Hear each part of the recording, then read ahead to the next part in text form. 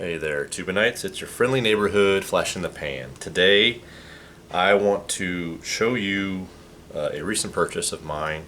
This is a bit of a grail gun for me. And when you see it, obviously you've seen the title or you wouldn't have clicked on the video probably. That sounds odd to say that this simple weapon that's been around for 40 years is a grail gun for someone. But a little bit of context, a little bit of backstory. You have to go back. So I was born in '82. So I grew up watching Die Hard, all of that movie franchise. I grew up watching Lethal Weapon, all of that movie franchise, and on top of that, this particular firearm has been, up until recently, the military sidearm since 1985, 86, somewhere in there. Anyways, we are talking about the Beretta 92. Now here's the thing. This is an actual Italian model. Of course, they're all Italian because it's Beretta. But this was actually used by the Italian police and military. This is a Beretta 92 SB. It's not an FS. It's not an M9. So, I had no idea what that meant. Now, these recently came for sale on Classic Firearms, and they were for an outstanding price. They were $399, so $400 for a Beretta 92 SB. And I was like, what the heck's a Beretta 92 SB? So I did a little research. So this was kind of the genesis of what we know today as the Beretta, the M9, the 92 FS, whichever one you want to take. And that's something else I've looked into a little bit as well, is what's the difference between the FS, the M9, the SB. The SB, the drastic difference for this compared to the FS or the M9 is the only three things that I could find on the interwebs, and of course by all means correct me because I am not an expert. The difference that I found was that as compared to the FS or the M9, there is a rounded trigger guard. Alright, so on the FS or the M9, this will be more squared off and it'll have a little bit of texture to it for grip. So they added that. There is a difference in firing pin. They said there's a larger firing pin in case of some sort of not explosion, but like in the case of where potentially the slide would break and fail backwards, a larger firing pin would help keep that from happening. Is the way I understand it. And the finish is different. All right. Now, the difference between this finish and the 92 FS finish, I don't know that there is any difference. There may not be, there may be. I just don't know it.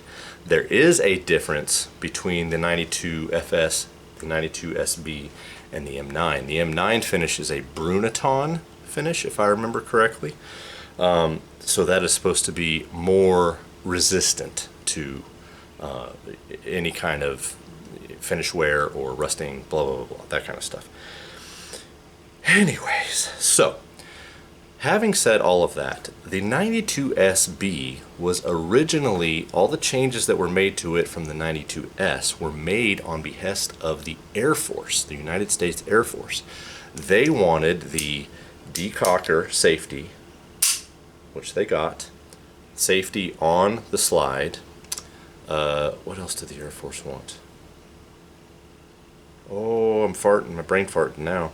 They wanted the mag release moved to a Western style or American style where it's up here. Originally the S's had it on the heel, which was more of a European style mag release. That was it. Now, if you go back, there's a lot of controversy during that time. Sig Sauer did not get into the same trials. A lot of other people abstained. What's the fancy word for it? Boycotted the military trials for pistols because of certain things that were happening. There's always politics involved and stuff like that, right? Even now with the SIG 320s or the M17, M18, there's a lot of question marks and things that are going on behind the scenes, politics, if you will, as to why that particular weapon was chosen when it has this problem, blah, blah, blah. So, some of you may know, I served in the military. This was the firearm, the M9. The M9 is what I carried while I was in. So, aside from the nostalgia from all of the 80s and 90s movies that I grew up watching where this was the hero's gun. And I mean, I'm sorry, I will die on this hill. There is nothing more iconic. Not nothing more iconic. There are a few guns more iconic seeing, not only just in a movie, but when you get to slide lock, when you see that silhouette on an empty gun, everybody knows what gun that is. It's a Beretta. Like, it just, oh God. The drip, if you will, to use a modern term, the drip on this gun in movie cinema is outstanding. That wouldn't be enough to make it a grail gun for me per se. It might be, but maybe not. Anyways, but having carried this, having shot it a fair amount while I was in the service, for me, I was a big fan of the Beretta. I still am. I haven't shot this one yet. You guys will be there when I shoot it. I haven't shot it yet, but back when I was in the service, I shot the lights out with this gun. I had no problems with this gun whatsoever. Now, mind you, I didn't carry it in the desert either, so maybe all those other complaints from the other branches of service are legit. They probably are. I'm going to trust their word over mine, carrying this in a relatively sterile environment. The thing about it is, there's just these modern guns. Look, you've seen my videos. I've got Glocks. I've got all kinds of other high-end, not high-end, fancier, more modern weapons that are not as antiquated as this one is considered by a lot of people. But to quote Obi-Wan Kenobi, an elegant weapon from a more civilized age. This gun it just has charisma. And the Italians catch a lot of crap for some of their stuff that they've made, military weapons. But man, they got it right with this one.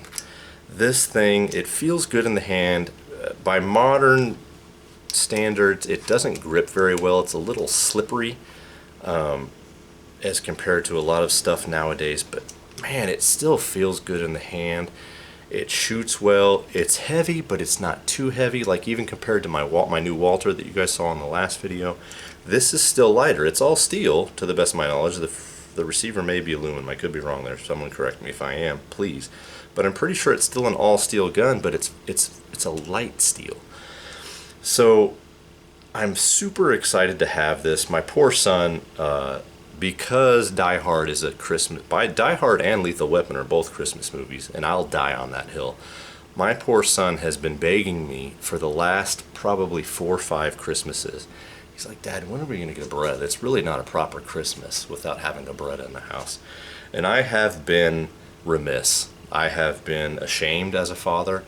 I have had sleepless nights where I just told myself that I am less than because I did not own a Beretta M9 92 variation therein. As I said earlier, Classic has these on sale right now, or for sale, for $3.99.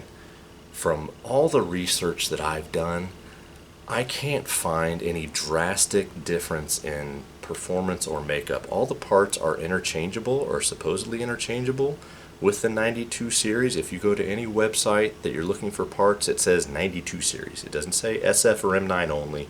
It says 92 series. That's this bad boy too.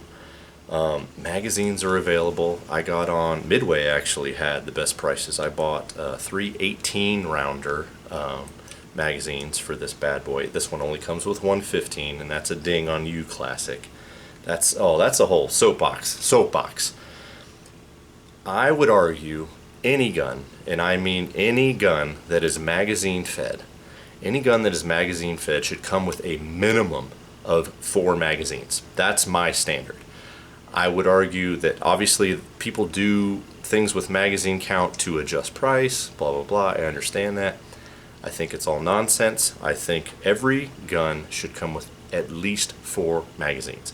That's my thing. So this came with 115 rounder, which is standard for these.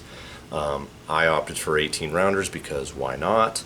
I've also looked into companies like Terran Tactical. There's other companies I'm blanking on. There's another one that was a pretty good price as well that they sell the magazine extensions for, that I'm probably going to get into, especially with my new Walther PPQ Q5. And that's something else. I don't know if I should talk about. I'll do both. I'll talk about it in this video and the other one. Walther PPQ M2 Q5 SF match. This is a competition gun made now, these days. It's still made. It's a competition gun, and their standard magazines are 15 rounds.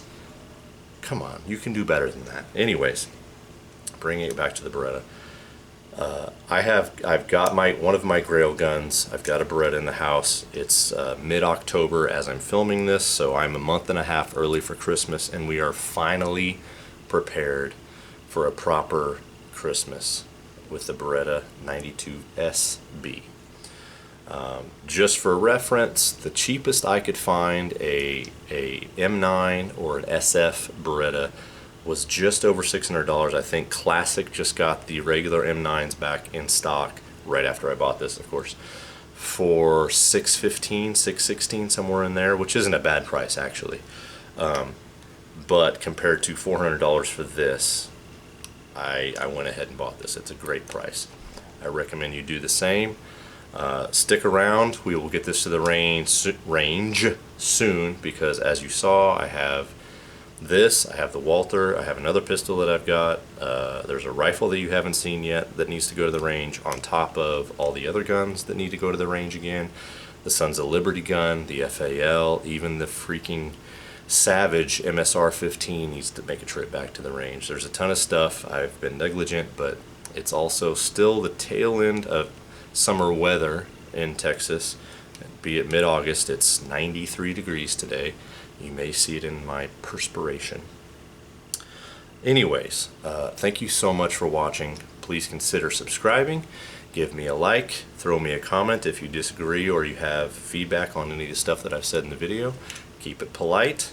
Thanks for watching. See you around.